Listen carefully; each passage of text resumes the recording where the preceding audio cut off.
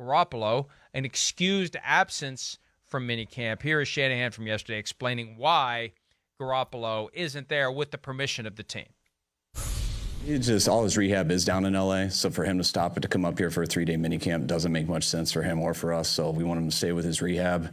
It wasn't a real risky surgery or anything, so I think it just takes time. So I think the plan still has always been July, but I know there's no concerns with it, and he'll be throwing sooner than later. His thumb, did that fully heal? Did you know? Did he ever require any procedure on that? Yeah, nothing with the thumb. If you guys don't trade Jimmy before training camp, do you expect him to be here practicing? Yes, I do. You wouldn't excuse him? Like, that's not the plan? I'll think about that when that day comes, but Jimmy's under contract with us, and he's healthy. Right now, I would see him coming to practice, unless we traded him. Kind of an odd statement to say, well, think about that when that day comes, because if you really are committed to keeping him, there's nothing to think about. If we're not going to get the trade offer we want, we're going to keep him. They've been selling that all along. If that's true, you don't say, well, think about that when the day comes. There's nothing to think about. No. He's our guy until somebody trades for him. And if they don't trade for him, we're going to go forward with him, which I've never believed. I think the farthest they're going to go with him is through training camp, through the preseason, and up until the start of the regular season when his $25 million compensation package becomes fully guaranteed. That's the moment he gets squeezed at best to take a lot less and stay with the ultimatum. If you don't, you're out. You're done. It's over. And then you're a free agent when everybody else has their depth charts set, and good luck getting paid anything close to what we're willing to offer you from someone else. I think that's still the plan. And they're trying to have it both ways for now, and they're trying to bolster interest. Everything that I hear from the 49ers, I run through that filter of they're trying to get somebody to trade for him. Hey, he's going to be fine. Oh, he'll be fine in July. Yeah, it's not a big deal. No big surgery. Although he's not coming to mandatory minicamp because he's so focused on his rehab, but it's fine. It's not a big deal. It's not a big deal. They can't wait for the opportunity to trade him, and they still continue to be apoplectic about the fact that teams aren't falling all over themselves to get him. No, I know. Yes, they're giving us the signals. They are. They can say what they want, but yes, you're right. That right there, just that comment itself, oh, wait, I'll think about it. Or, again, the fact that he's not there. When does that happen? Tell me when that happens. Star player, $25 million a year, getting rehab, he can't come up to the facility and get rehab and learn some of the new plays and do the things there? No, they don't want him there. They don't. Going back to the owners' meeting, we think Trey Lance is ready to start and take over and be the guy. Of course they don't. I don't even think Jimmy G will get to training camp. I don't know. That's just where I wouldn't want to mess with it. I think you're just opening up a can of worms with the 49ers. They can say what they want. They can, and do whatever they want. They want him to rehab and stay there so he can throw more quickly and be ready to go, so hopefully he can prove to a team he's healthy and they can trade him and get him out the door. I don't know if that's really going to happen. If they do trade him, I don't think they're going to get anything near what they think they're going to get as far as compensation is concerned, and I would think money is going to be a part of that issue as well. So that's where, they could say one thing, but man, I still think you bring Jimmy G into camp and expect him to be there and give me, he's under contract and he's a quarterback.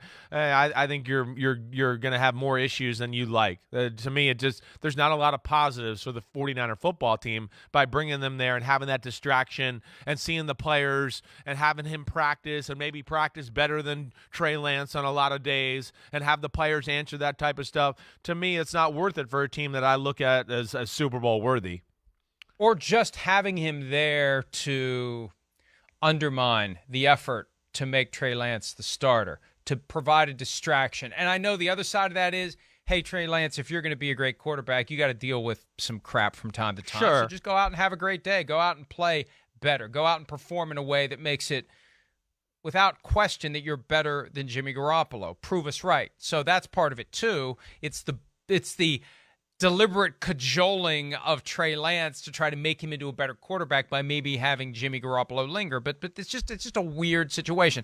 And there's a big difference between him and Baker Mayfield. Baker Mayfield is getting his $18.8 million this year. The question is, how much will the Browns pay? How much will a new team pay if he's traded? With Garoppolo, you've got new team willing to take him on, presumably, but not willing to pay $25 million. And this isn't an issue of how much will the 49ers pay. This is how much less will Jimmy G take? Or will he accept a new contract as part of this? Do you take that final year of his current deal at 25 and turn it into something else? It's more complicated. It's more delicate because Jimmy is holding the hammer. All he has to say is no.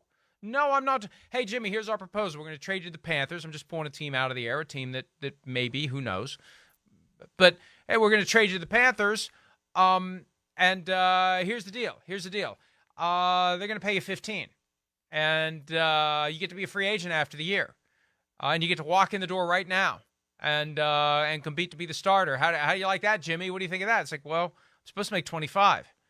Well, I know. They're going to pay you 15. You're going to be a free agent next year. Well, I'm going to be a free agent next year anyway. So, I mean, it's a lot more difficult to fashion an arrangement when you've got a quarterback that can be squeezed to take less.